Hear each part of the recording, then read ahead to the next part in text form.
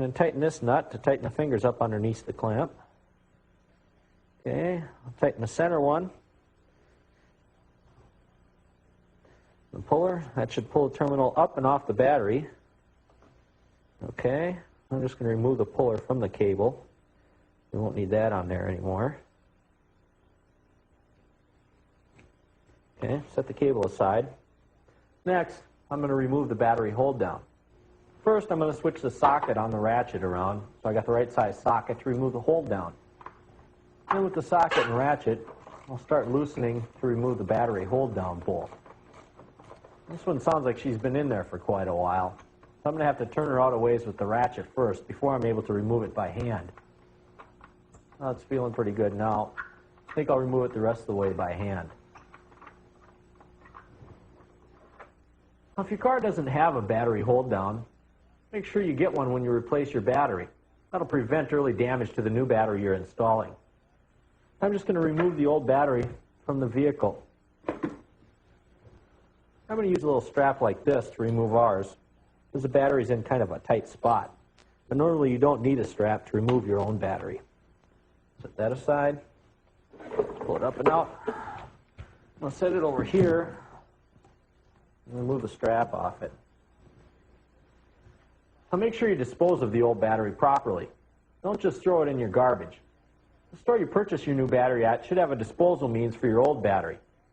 Now, I'm going to clean out the battery tray area with some baking soda and water mixture. This mixture will neutralize any acid in the tray and help make your battery tray last longer.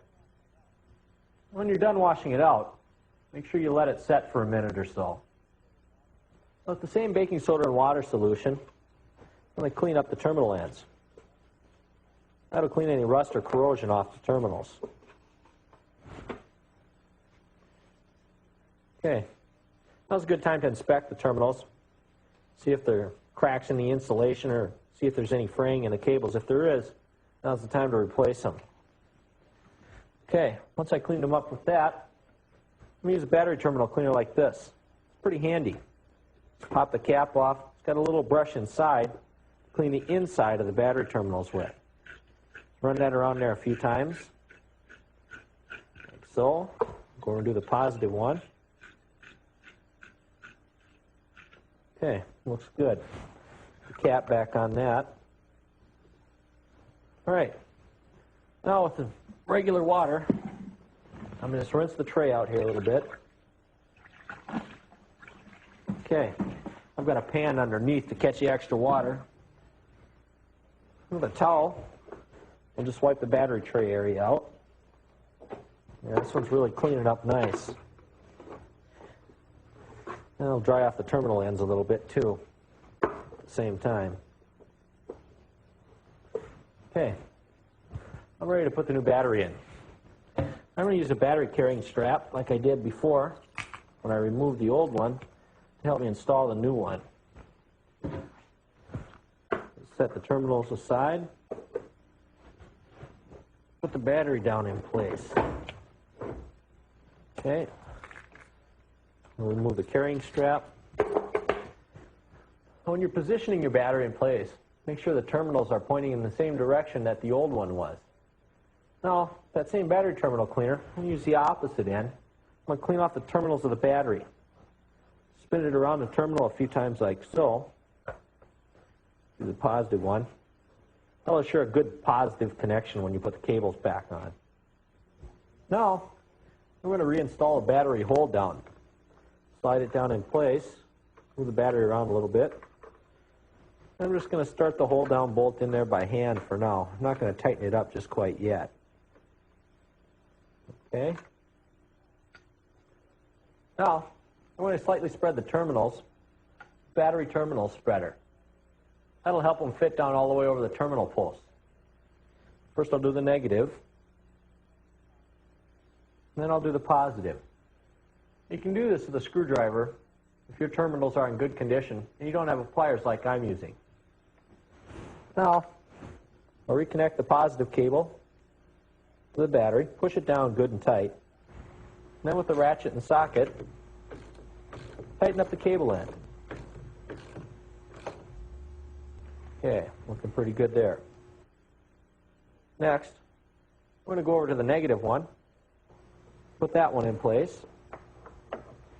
Just like before, I'm going to tighten that one down with the ratchet wrench until it's good and tight. When it's all the way tight, I shouldn't be able to move the cable ends on the post of the battery by hand. Lastly, I have to tighten up the hold-down assembly. Okay, that should do it. Now, to prevent future terminal corrosion, I like to spray the terminals and the hold-down with a battery protectant spray like this. It's usually available where you purchase your battery at. For the negative, I'll spray the positive down good. Okay. Well, on the hold-down. That's it, we're done. The last thing to do is to start the car and make sure it works properly. Let's give it a try.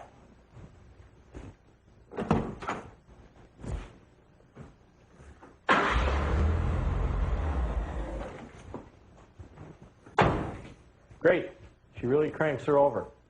Now, if you have a digital radio, you'll have to reset the radio stations. And if your car's computerized, it may take a few starts and some highway driving with the engine totally warm to reprogram the computer. The normal driving will take care of that. That's it. I'm going to pick up the tools now and wrap this one up. Let's summarize replacing your battery. Safety first. No smoking, sparks, or open flame around the battery. Turn off all vehicle lights and accessories. Remove the negative cable first and the positive cable last. Remove the battery hold-down. Remove the old battery and dispose of properly. Clean the battery tray with a solution of baking soda and water. Clean and inspect the battery cable ends. Install the new battery and clean the battery terminals. Reinstall the battery hold-down. Install the positive cable first, tighten firmly, then the negative cable. Coat the battery terminals with a protectant. Start the vehicle to check operation.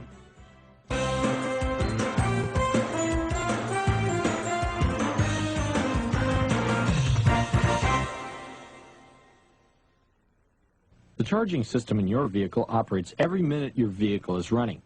The purpose of the charging system is to maintain a charge in your battery for starting and to supply electrical power needed to operate all the electrical accessories.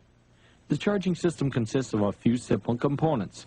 These are the battery, the cables and wiring, the alternator drive belt, the voltage regulator, and of course the alternator itself. If any one or combination of these components fails, an inspection of the system and replacement of the failing component is necessary. Symptoms of an alternator or charging system component failure are a lower dead battery, dim lights, noise coming from the alternator, a discharge indication on the ammeter, a low voltmeter reading, or the charging system indicator light is on. Before you replace the alternator, a few simple checks should be performed to isolate the component at fault. First, inspect the battery cables and connections to make sure they are tight and free from corrosion. Clean any corrosion, tighten any loose connections, and replace any deteriorated parts. Also, if you have a serviceable type of battery, check the fluid level in the cells and check the state of charge with a voltmeter or hydrometer. Inspect the wiring to the alternator and voltage regulator and replace any wires that are broken, brittle, or burnt. The alternator drive belt must be tight and in good condition.